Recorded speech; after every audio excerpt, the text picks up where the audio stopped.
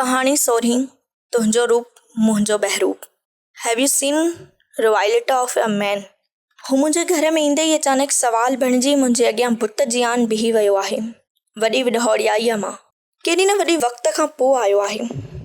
साल ॿियो साल टियों ऐं हाणे आउं त 3 ॿारनि जी माउ आहियां, नंढड़नि जी तामड़नि ॿारड़नि जी। आउं रुॻो ॼाणींदी आहियां त बचनि ते वेठल कोराड़ कल्ट करे हर ईंदड़ वींदड़ ते कीअं झड़प हणंदी आहे। कोराड़ डंग ॿुधाए न, अञा घणा डंग हणंदीअ। कोराड़ जो कमु फ़क़ति डंग हणणु हूंदो आहे, ॻणणु न, सम्झीअ न। तूं हरूभरू मुंहिंजे लाइ पहिरीं लोई जे क्राइसिया वारो बहरूप धारींदी थी वञी। ईअं न थी त आउं तो लाइ ओमातियस बणिजी पवां। ओमातियस?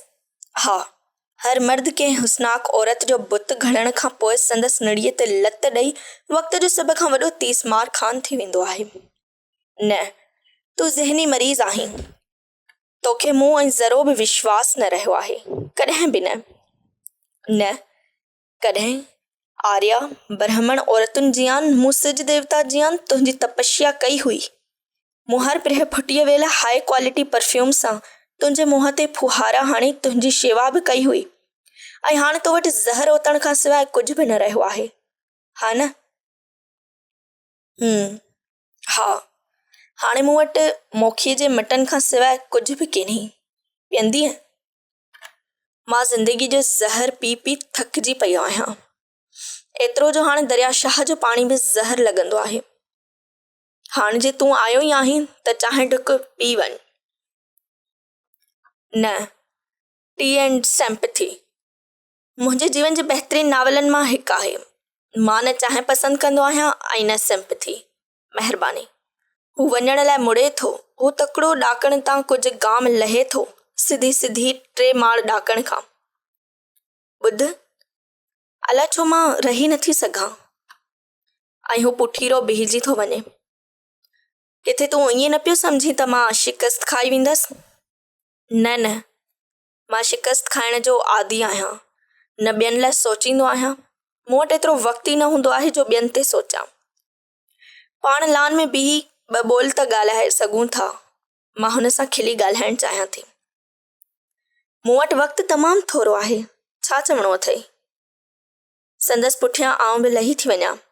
ॿुधाए न, हेतिरो वक़्तु किथे हुईं?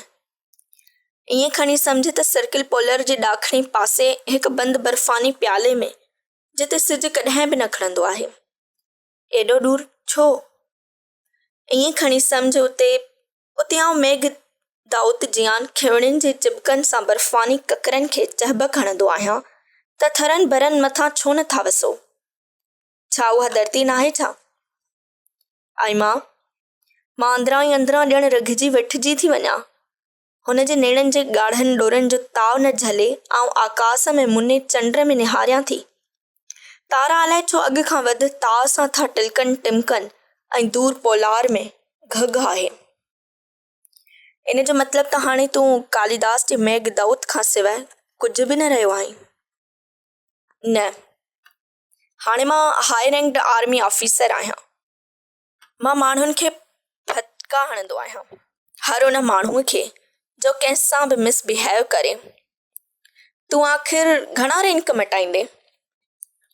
हर माण्हू सांड्रो आहे, रंग मटाईंदो रहंदो आहे। खन लाइ मां हुन में ॾिसंदी रहिजी थी वञां। हवाउनि जे झूटनि सां खन लाइ वण वधंदड़ जी वरी साॻी माठार सां झुलंदा था रहनि।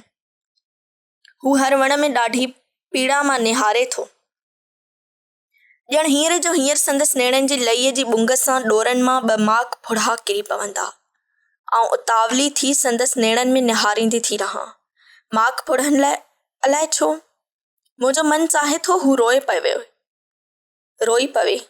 पर ईअं थो बासे ॼण हुन जूं अखियूं इंसानी अखियूं न आहिनि, जे सचनि मोतियनि जियान चंड जी सुहाईअ में ॿरंदियूं उझंदियूं रहनि थियूं। अलाए मूंखे छा थींदो थो वञे। नेठि बि त मुंहिंजे घर में ईअं छो घिड़ी आयो आहीं? छा इहो ॿुधाइण लाइ त हाणे तूं हाई रैंक्ड आर्मी ऑफिसर आहीं? कंहिंखे बि संदसि घर में बीही फटका हणी सघीं थो?